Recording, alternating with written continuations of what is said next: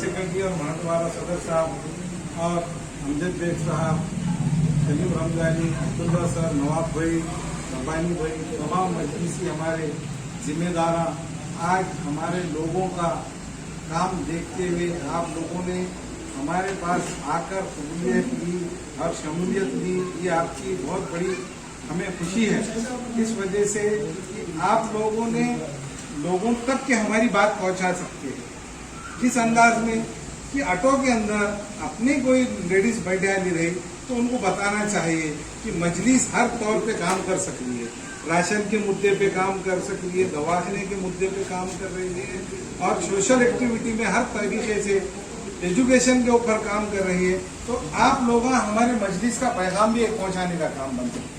अगर आपने ये सोच लिया कि मजलिस को किस तरीके से आगे बढ़ाने का एक नज्म ले सकते तो आप लोग सबसे ज्यादा ले सकते।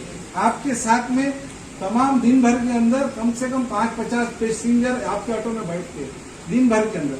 तो अगर आपने उन तक भी हमारी दावत पहुंचा दी तो 2022 का जो मिशन है हमारा, इंशाअल्लाह ताला हम कामयाब हो जाएंगे।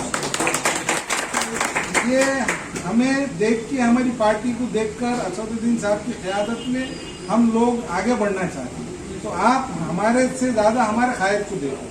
हमारे कायद ने क्या बताया कि पहले पार्टी बाद में सब। तो आप हमारे उस तरीके के ही सिपाही है, असद साहब के ही साथ खड़ोने वाले हैं। जिस तरीके से हम उनके कार्यकर्ता है, आप भी उनके ही कार्यकर्ता है।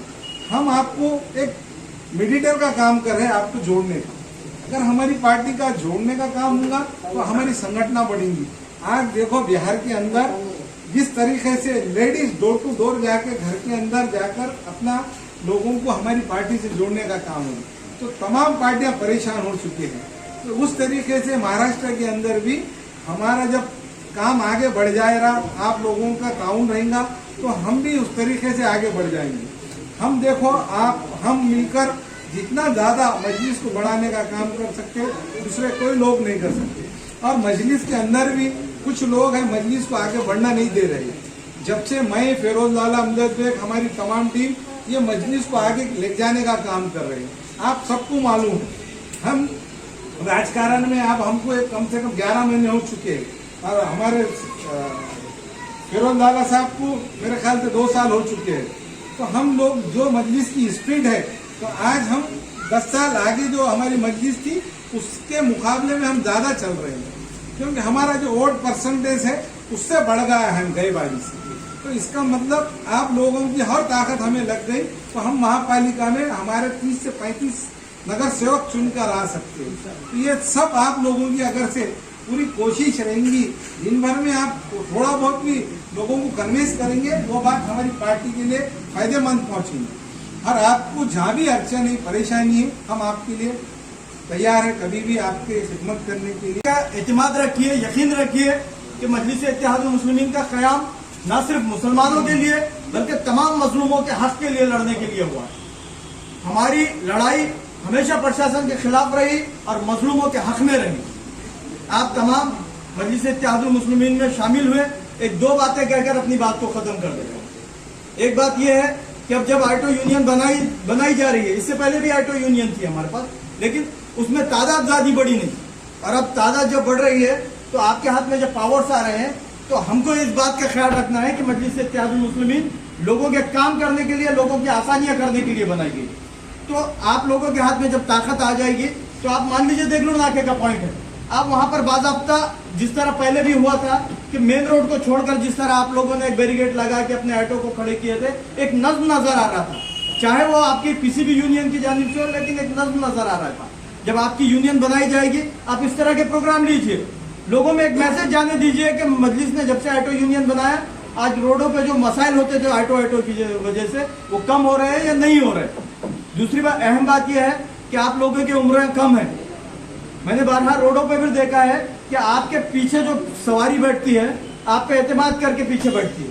तो आपको भी चाहिए कि आप रूल्स फॉलो करते हुए तमाम डॉक्यूमेंट्स अपने पास रखकर ऑटो चलाए, ताकि आपकी भी सेफ्टी रहे और जो पीछे पैसेंजर बैठे हुए उनकी भी जानों की सेफ्टी रहे। हाल ही में एक वाकया पेश आया, हमने देखा कि कोई संगठन नहीं होने की वजह से वहां पर कोई पहुंचा नहीं, और जो संगठन थी वो भी वहां नहीं पहुंची। अगर वहां पर बर वक्त कोई पहुंचा तो मजलिस इत्तेहादुल मुस्लिमीन के नुमाइंदे कलीम रमजानी वहां पर पहुंचे, हमारे दूसरे जिम्मेदार वहां पर पहुंचे, फिर वो बॉडी का जो हुआ वो बाकी के हालात आपको मालूम है। लेकिन इस तरह के हालात हमेशा आ सकते हैं, किसी पे भी आ सकते हैं। आप लोग एहतियात के साथ, अगर आपके पास डॉक्यूमेंट नहीं है तो जो भी सदर बनेगा शहर का सदर, उसको हम लोग हमारे से कांटेक्ट में रहेगा, हम कोशिश करेंगे। आरटीओ के कुछ जानकार हमारे पास है तो हम उनके जरिए उनके डॉक्यूमेंट्स बना के उनको रोडों पे छोड़ने की कोशिश करेंगे, उनके रोजी में आसानी करने की कोशिश करेंगे। और आप एक बात याद रखिए कि रिस्क का देने वाला अल्लाह है। उजरत के साथ आप लोग ड्राइविंग मत कीजिए, अपनी जानों की हिफाजत कीजिए। इन्हीं लफ्जों के साथ अपनी बात को खत्म करूंगा। और बात खत्म करने से पहले मैं आप जिनके मुंतजिर है जनाब मिर्जा जगदीश साहब, शहर जिला सदर जनाब सादिक चौर साहब, शहर मोहतरमा जनाब कलीम रमजानी साहब, मिर्जा नवाब बेग साहब, रब्बानी साहब, विभिन्न मजलिस इत्तेहादुल मुस्लिमीन के सोशल मीडिया के जिला सदर जनाब सुहेल पटेल साहब, शहर जिला सदर शाहजेब अली साहब और तमाम आज के इस नशिस्त में जो नौजवानों ने जमात में शमूलियत की, तमाम नौजवानों का मैं जिनकी गहराइयों से कुल मजलिस इत्तेहादुल मुस्लिमीन में इस्तकबाल करता हूँ, स्वागत करता हूँ। ये बात यकीनी है कि ऑटो यूनियन पिछले कई सालों से, मैं समझता हूँ 1.5-2 बरस से काम कर रही है, मगर आज जो दायरा मजलिस ऑटो यूनियन का बढ़ रहा है तो यकीनन आपसे क्या तवक्का, तो हमको तवक्को है, जिस बात पे हमने सोच रहे। ठीक है, जिस तरह से हमारे जिम्मेदार ने बताया कि ऑटो वाले को देखने का नजरिया बदल जाता है लोगों का, तो मैं समझता हूँ कि ये वजह इसलिए है क्योंकि लोग समझते हैं कि ऑटो अगर कोई चलाता है तो उसका बैकग्राउंड बहुत गलत है। मगर ये देश की अगर हुकूमत अगर सही रहती तो बेरोजगारी अगर नहीं बढ़ती थी तो आज यकीनन ऑटो चालक ये भी लोग कहीं ना कहीं अच्छे काम को लगते। और यकीनन ऑटो अगर चलाते हैं तो कोई गलत काम नहीं।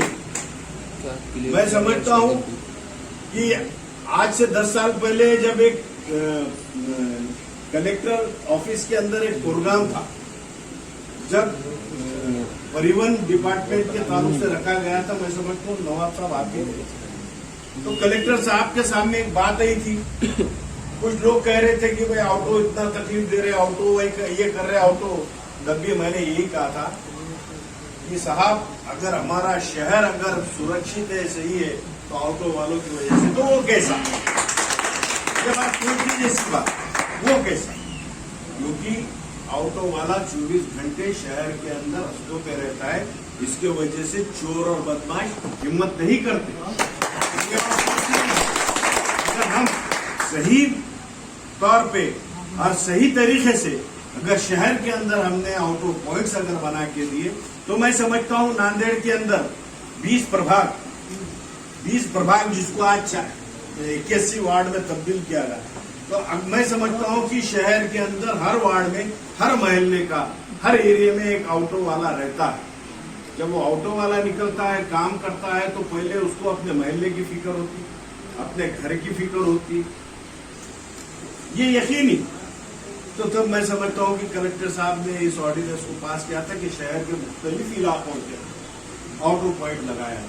मैं समझता हूँ रेलवे स्टेशन के बाद दिगलूर नाका एक पॉइंट था, तीसरा पॉइंट सिडको था, इसके अलावा नहीं था। तो मैं समझता हूँ आज राज कॉर्नर, वर्कशॉप कॉर्नर और हिंगोली नाका इस इलाकों में पॉइंट लगे।